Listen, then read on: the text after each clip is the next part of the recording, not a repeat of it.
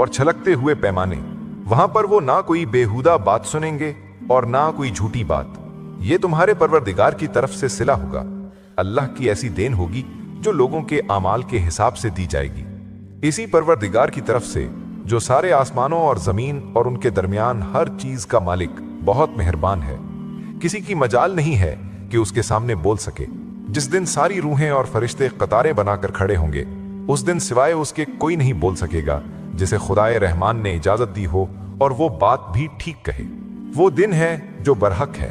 अब जो चाहे वो अपने परवरदिगार के पास ठिकाना बना रखे।